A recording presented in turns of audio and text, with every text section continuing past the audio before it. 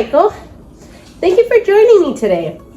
Before we start, I want to briefly go over your oral health status and how it may relate to your diet. Can I have your consent to move forward with this? Yeah, it's not a problem. We can do a diet counseling. Yeah. Based on your dental assessment, you're showing signs of moderate gingivitis, inflammation of the gum, and you're considered at high risk of periodontitis, which is more advanced form of gum disease. One of the factors contributing to this is your current diet along with your oral health habits. I'm a bit confused. How does my diet have anything to do with gum disease? I thought that was just from not brushing properly. That's a really common question, and I'm glad you brought it up. Well, brushing and flossings are essential. Your diet plays a major role too. Foods that are high in sugar and refined carbohydrate feed the bacteria in your mouth. These bacteria produce acid and toxins that not only lead to cavities, but also aggravate your gums.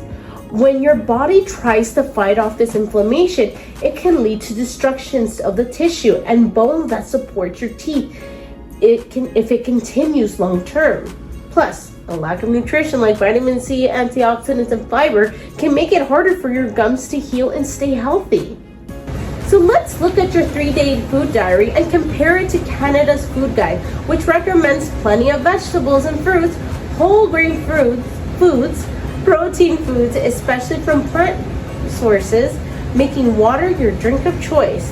Here's what I observed in your food record. So on day 1, eggs with flour tortilla and maicena. This breakfast lacks fiber and fresh produce.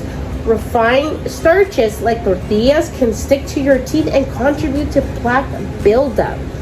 A&W Mama's Burger, fries and Sprite is high in sugar, saturated fats, and sodium. The Sprites add sugar exposure, which promotes inflammation to bacterial growth. The chicken, rice, and water is balanced in terms of protein, but still no vegetables or fruits. Let's look at day 2. No breakfast. Skipping meals can lower saliva flow, which is important for neutralizing acid and washing away food particles. I know that your schedule is really busy. You shared that you work at a trucking industry, so you do an overnight shift. So it's, even if it's like a glass of water or a small bite, it will really help your salivary flow. The rice, meat, beet salad, and Sprite. The beet salad is a positive, but the sugar in the Sprite continues to increase your caries and periodontal risk.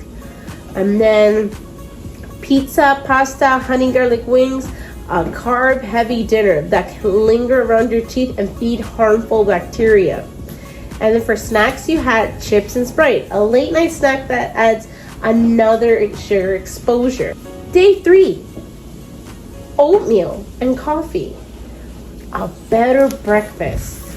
Oatmeal offers fiber, and with a fruit added, it would be even better. So that was a really great choice.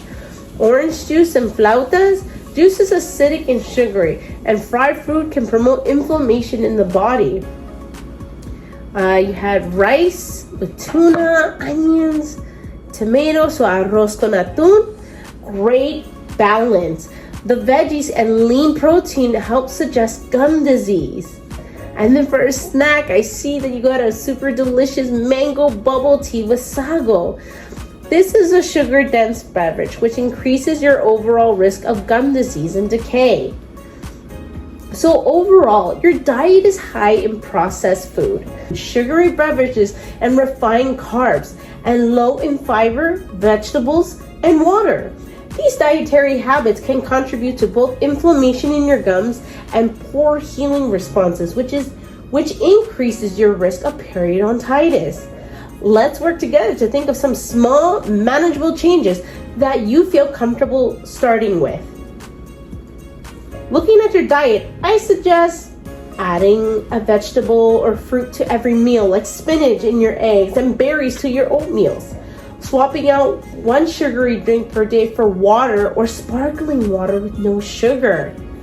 Trying meal prepping on Sundays to reduce the temptations of ordering takeout, including plant-based proteins like beans or lentils a few times a week. Yeah, I think I can try adding some more fruit, and I could replace Sprite with water or sparkling water. That seems doable. That's an excellent start. Even small changes like these reduce inflammation and help your gums heal more effectively. And they support your overall health too, not just your teeth. To wrap up, your current eating habits are putting you at a higher risk for gum disease and tooth decay. But today, you show great motivation to make changes like reducing sugary drinks and adding more fruits and vegetables. I'm confident with these changes, you'll not only support your oral health, but feel better overall. Let's follow up in a few weeks and see how things are going. Thanks again for being so open and eager.